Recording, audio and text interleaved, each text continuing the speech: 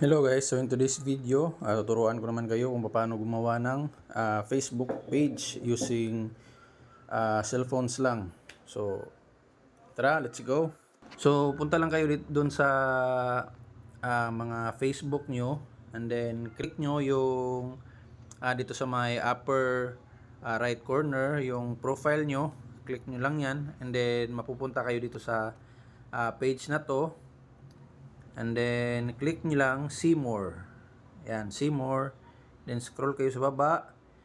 Click nyo lang yung pages. Ayan, pages. And then, click nyo lang yung create. Nasa left side. Ayan. And then, dito, pipili kayo kung anong klaseng page yung gagawin nyo. It's either personal profile or public page. So, nasa inyo na yan. So, mas maganda kung yung public page na lang yung pipiliin nyo para sa, kung gusto nyo maging content creator para sa business nyo. Yan. So, itong public page na lang.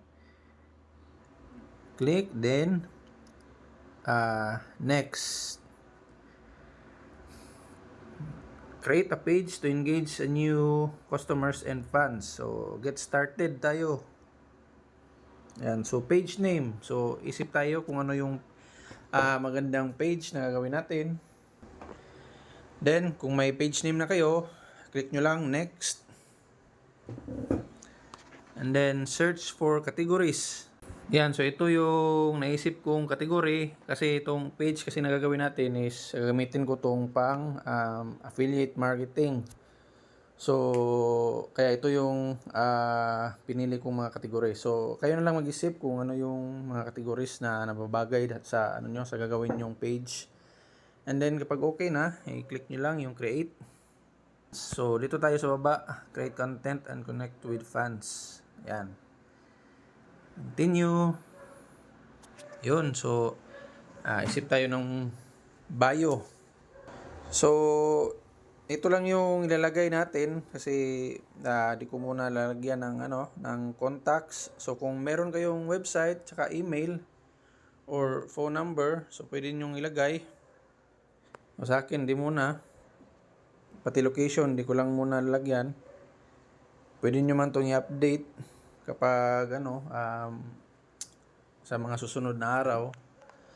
Then pag okay na, dito pa pala guys, pili lang kayo kung alin yung gusto nyo. So, sa akin, nilagay ko is always open.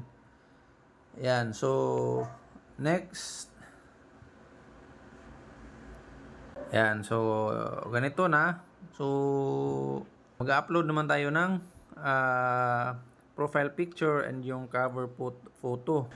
So, guys, ito yung napili kong profile picture and cover photo. So, click lang natin. Next. Then, invite friends. So, click nyo lang yung invite friends.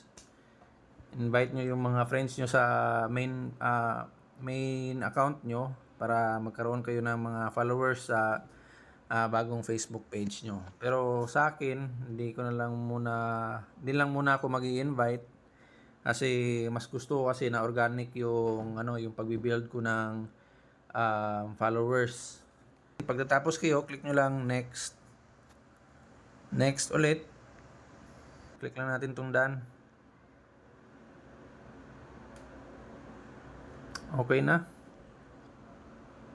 So, yun. Meron na tayong Facebook page. So, ganoon lang kasimple gumawa ng Facebook page.